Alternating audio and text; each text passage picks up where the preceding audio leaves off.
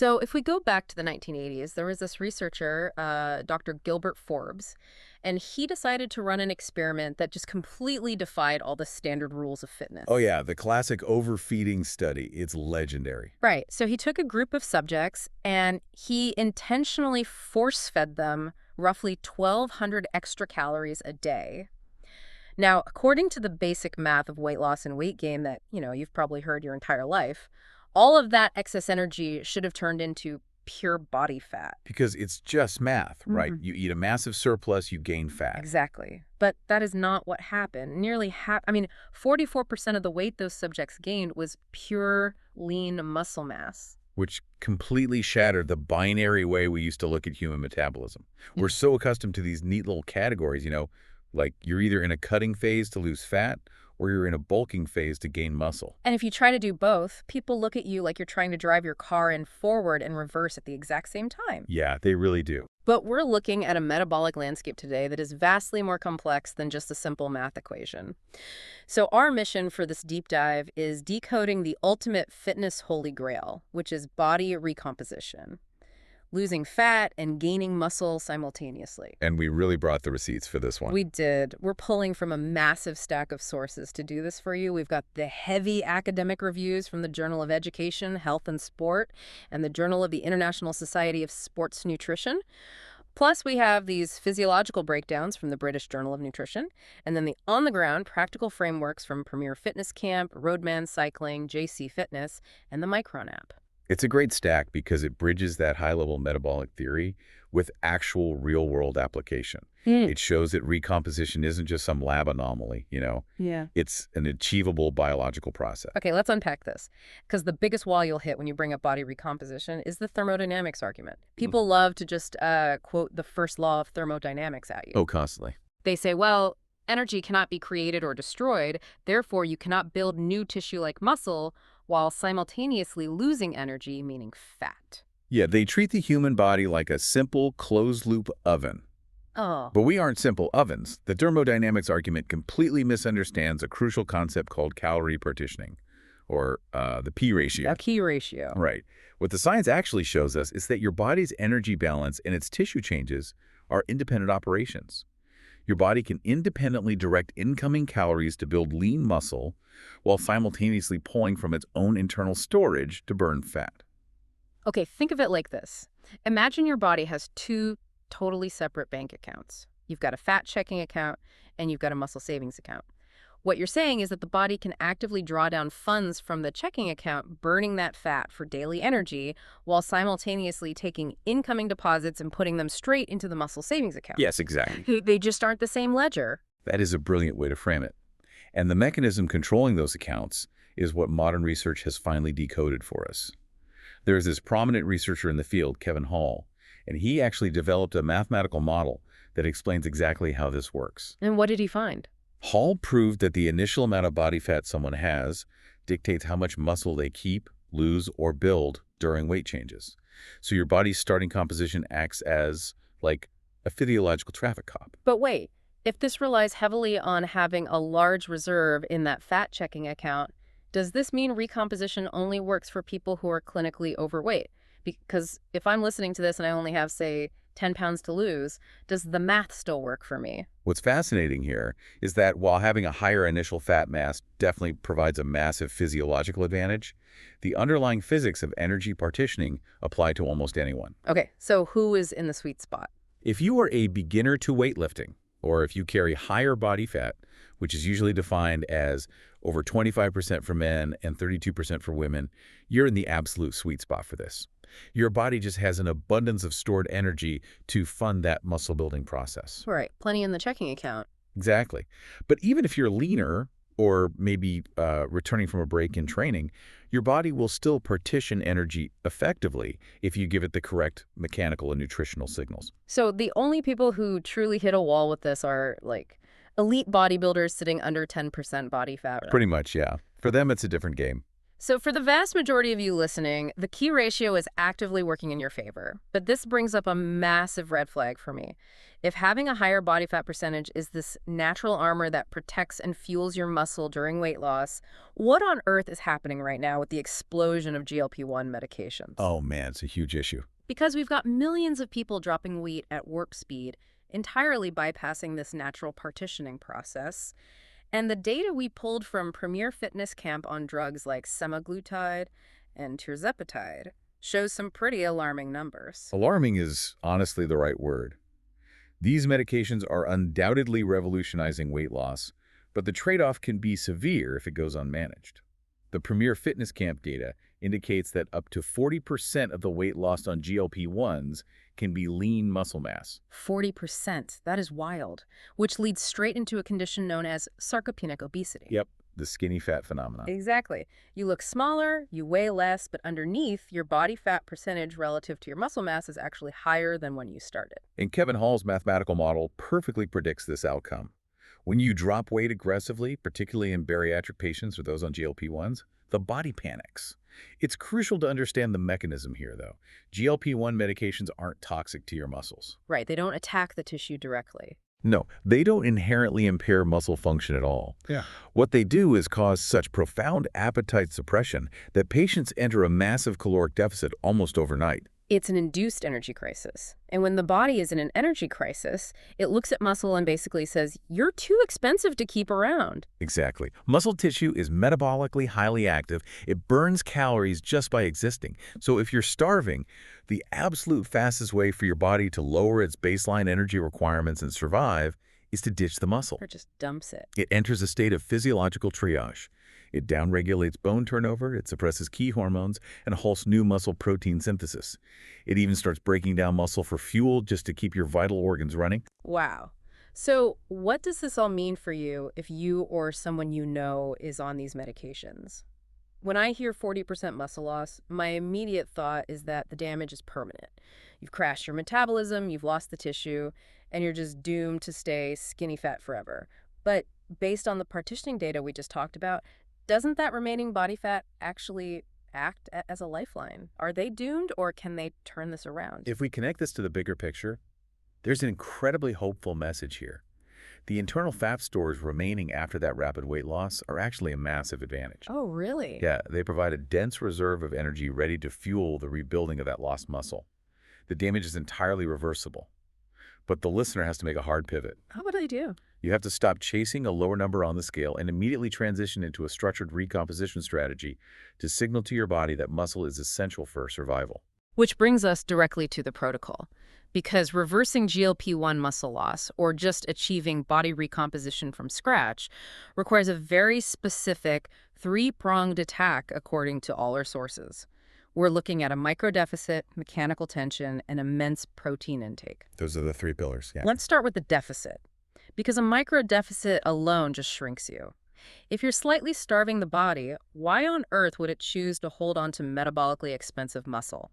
You have to force its hand, which is why the deficit has to be incredibly small. The microdeficit is where almost everyone gets it wrong.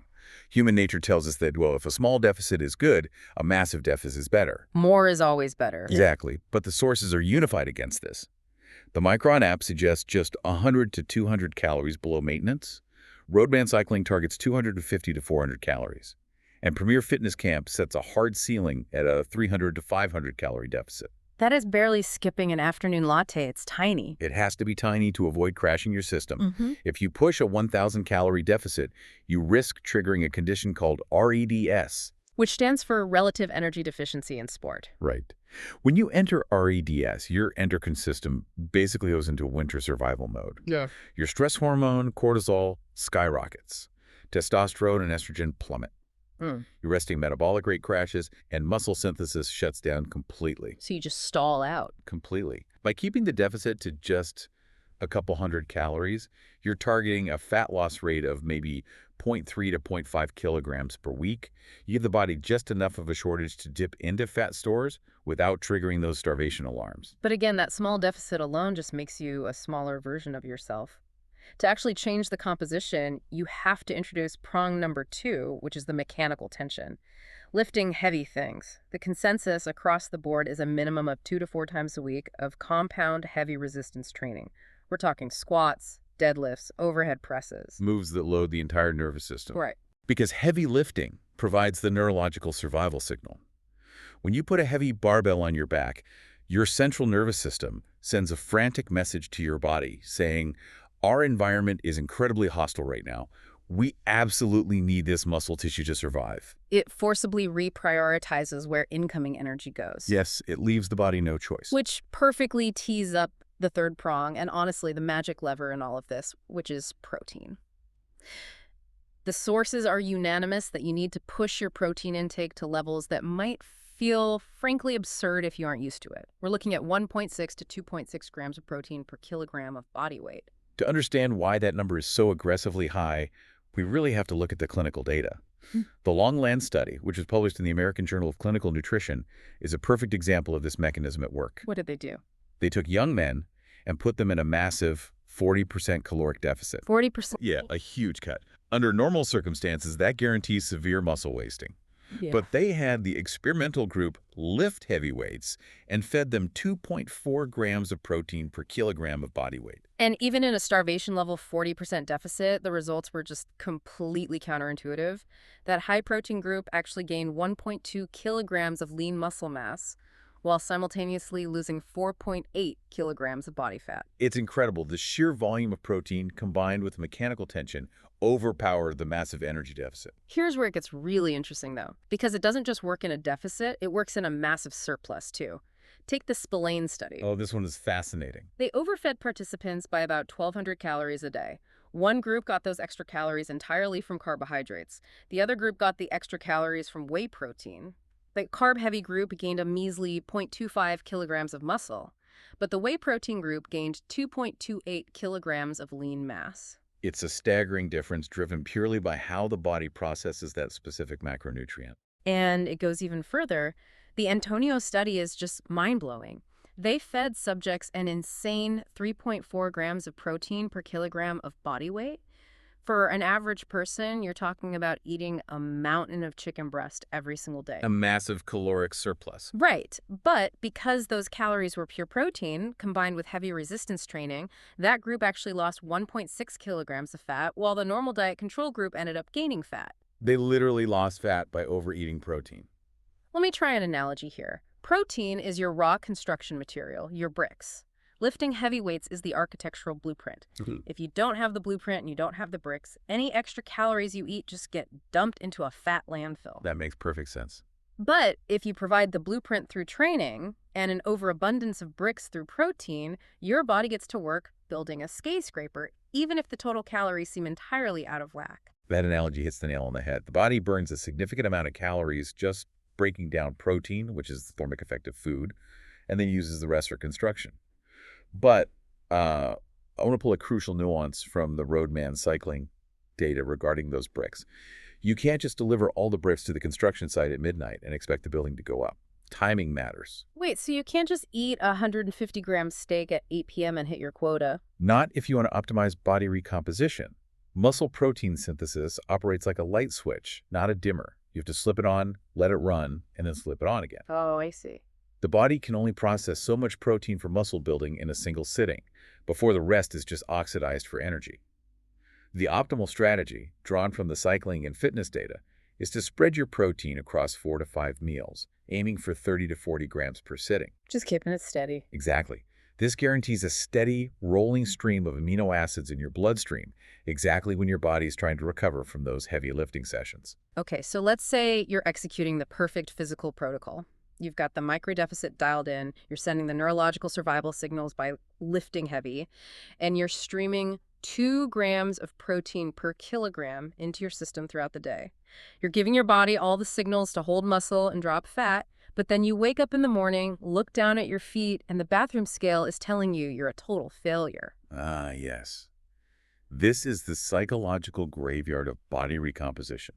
This is where almost everyone throws their hands up and quits. Because the timeline is brutally slow. We're Yeah. talking 3 to 6 months to see real structural transformation. And inevitably, right in the middle of that, you are going to hit the infamous week 3 to 4 stall. You're doing everything perfectly, you step on the scale, and the number hasn't moved a single ounce for 2 straight weeks. And human nature just screams at you, this isn't working, I need to slash my calories again. But you have to understand the physical reality of what is happening under your skin. Hmm. According to the data from the Micron app, 1 kilogram of muscle tissue is incredibly dense and compact, but 1 kilogram of fat is bulky. It's gelatinous, it takes up a lot of physical space. Which means if you are successfully losing a kilo of bulky fat, and you are simultaneously replacing it with a kilo of dense, compact muscle, your physical volume is shrinking.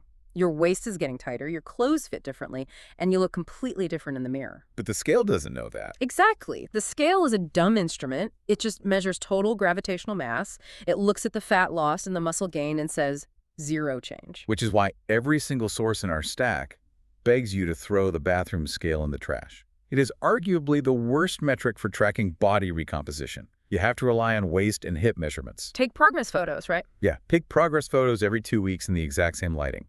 Get a DEXA scan if you have the means. Track your gym strength. If your squat is going up, your clothes are looser, but your weight is identical. You haven't stalled. You are achieving the holy grail. But let me push back on this for a second on behalf of the endurance athletes tuning in. The cyclists, the marathon runners. If I'm a cyclist and I'm listening to this protocol, I might be thinking, wait a minute. I don't want to get heavier. If I'm gaining dense, heavy muscle mass, won't that extra weight completely slow me down when I'm trying to climb a hill? This raises an important question, and it's a very common fear in the endurance community. The Roadman cycling piece tackles this exact anxiety. True recomposition actually drastically improves your power-to-weight ratio, which cyclists refer to as watts per kilogram. How does that work if muscle is so heavy? Well, remember the mechanism we just discussed. Right. Recomposition often means your total body weight stays exactly the same. You aren't actually getting heavier. You're simply swapping dead, non-contributing weight, which is the fat for functional power-producing weight, the muscle. Oh, wow. So you weigh the exact same amount on the bike as you did before.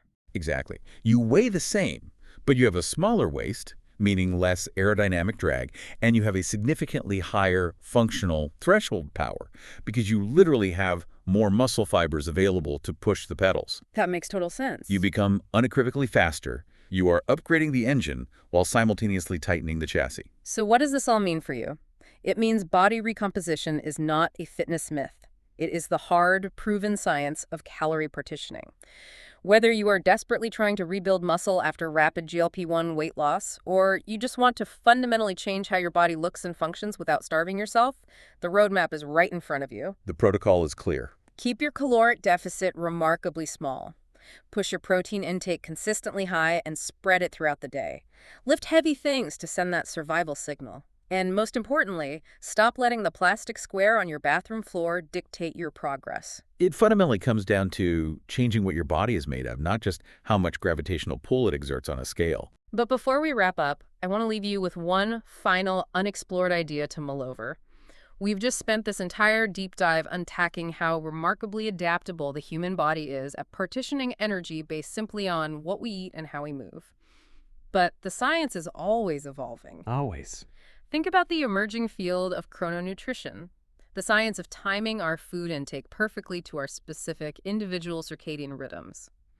If we can achieve these incredible recomposition results just by eating protein and lifting weights on a basic schedule, how might future breakthroughs in chrononutrition unlock even faster rates? Imagine timing that exact 40-gram dose of whey protein down to the specific biological minute your cellular machinery is primed to synthesize it. Right. It could lead to almost superhuman rates of body recomposition. It really makes you wonder what the absolute limits of human adaptation might be. Until next time, keep your deficit small, hit your protein goals, and seriously, throw away that scale.